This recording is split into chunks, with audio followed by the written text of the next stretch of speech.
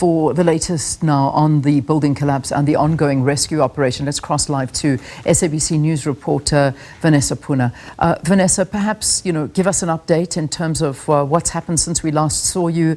I know that this is a constantly moving story, but sometimes, and for those waiting, it's not fast enough because they are just hoping for some news, and that news just doesn't come fast enough for them.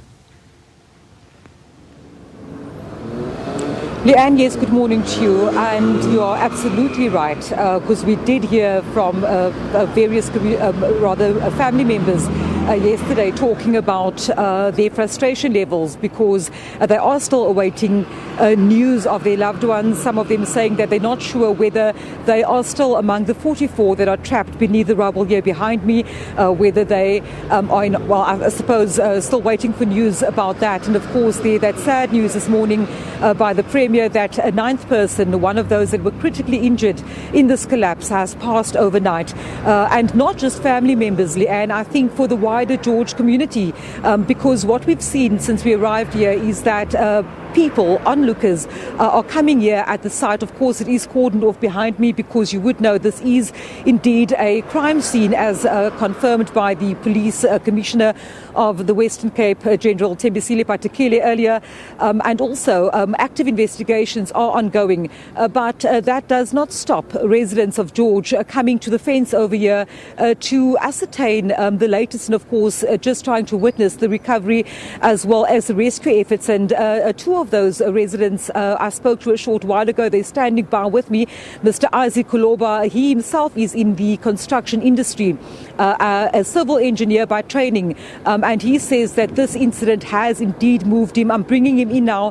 Mr. Isaac Koloba, very warm good morning to you, sir. So you told me earlier on off camera that you are in the construction space. You are a civil engineer by training, but as a resident of George, you come here and you are wanting updates, and you were talking about the effect that this tragedy has had on the wider community. If you can perhaps just tell me, your reasons for being here and what you're hoping to glean from the site. You can just... Yes, morning. Yeah, as I said earlier, I've been here in George for 19 years now and working in the construction space. A tragedy like this has never happened before. Me, myself, even now, I was supposed to be at work. But I woke up this morning thinking to come here. Not now only as a civil engineer, but as part of the community, because the community at large, we are very concerned with what happened here. The effect that this thing has had on the whole community is very bad. No one at this stage, I can't even sleep well. I don't have a family member here, but I feel for everyone who has a member here. I feel for them, and this is sorrow. It has brought so much sorrow in the entire community. We can't wait until we find closure on this and until the last body is found. I know there are people who are very much hard at work to try and recover other bodies which are still trapped here, but the community is awaiting that patiently. We really want people to be found. We are hoping that they are still alive, because I know it's the 5th day today, but the hope to find them alive, it's still there. We don't want to give up yet. Being in the construction space, Mr. Koloba, of course, and we can understand that, people are anxious, as you said. People are concerned, people are worried, family members are distraught at the moment for not knowing what's happening. But of course you would know that in an incident like this, tragic as it is, the processes have to unfold. I mean, there's heavy machinery on site, there are various role players from the rescue and recovery team. So it's very difficult to tell somebody who's concerned that they need to have patience, but unfortunately, this is one of those incidents where, every minute is important, but also the process must unfold. Yes, absolutely. Look, this is not an overnight thing. Everyone wants to know, to find closure, what happened, but unfortunately, there are processes which has to be followed now, because there's investigation that must take place. This is not something that we can know tomorrow what happened. There's many speculations now, but until proper investigation is done, we just have to wait and be patient. As I've said, what concerns us most now is to find whoever is still trapped there. That is very much important to us as the community at large. But yes, the process must take its due course so that we can get to the bottom of exactly what happened there.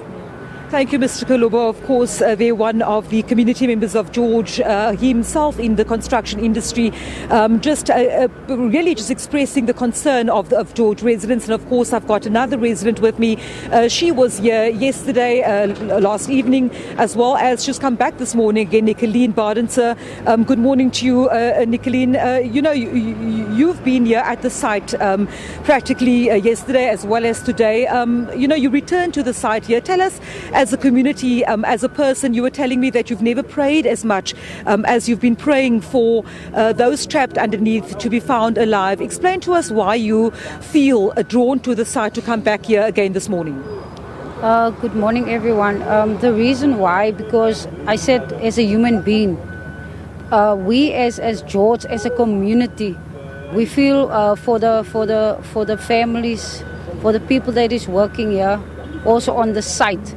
And like I said, it's all about being human, and we care as a community. Even though, like I said, also I don't have families here, but it also affects me. It feels like I have a responsibility to come here, even though to pray. Like I said, we pray at night.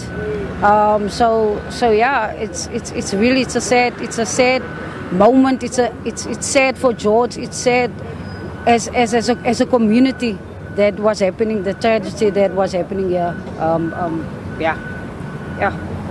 Thank you so much for speaking to me, Nicoline Barnes. So, of course, they're one of the George residents who's also attended the prayer services here, which take place mere meters from the site. And, of course, I can tell you that we've received word that there will be a media update where the various role players, including Premier Alan Winde and others, will be doing a media briefing at 1 o'clock this afternoon.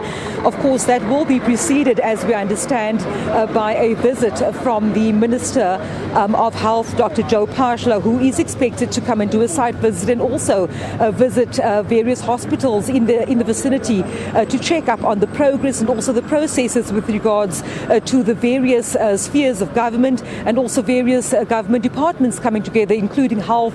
We know that the police are involved, disaster management is involved. We know that therapy sessions as well as psychotherapy is being offered to those affected, not just the families, but also to the workers here behind us, the rescue teams that are on site in Victoria Street.